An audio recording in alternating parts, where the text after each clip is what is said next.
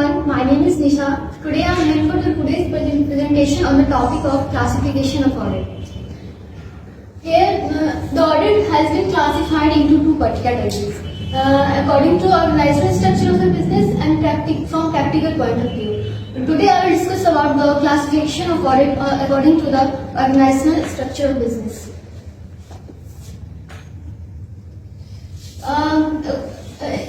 According to organizational structure of business, it has been categorized into four categories: statutory audit, private audit, government audit, and internal audit.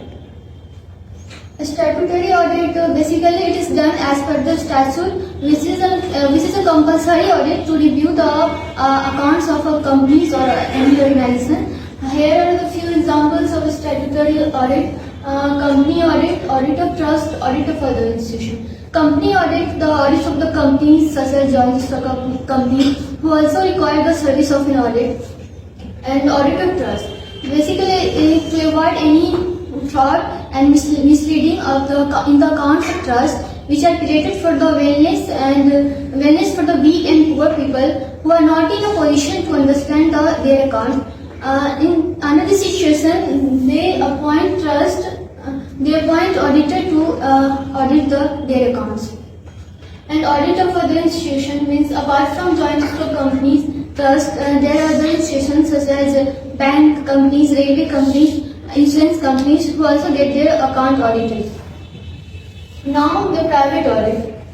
Private audit, the audit of the private companies is not compulsory, but to get the benefit of the audit, they also get their account audited. Here are the examples of private audit: sole trader accounts, partnership firms account, accounts of other individuals and institutions.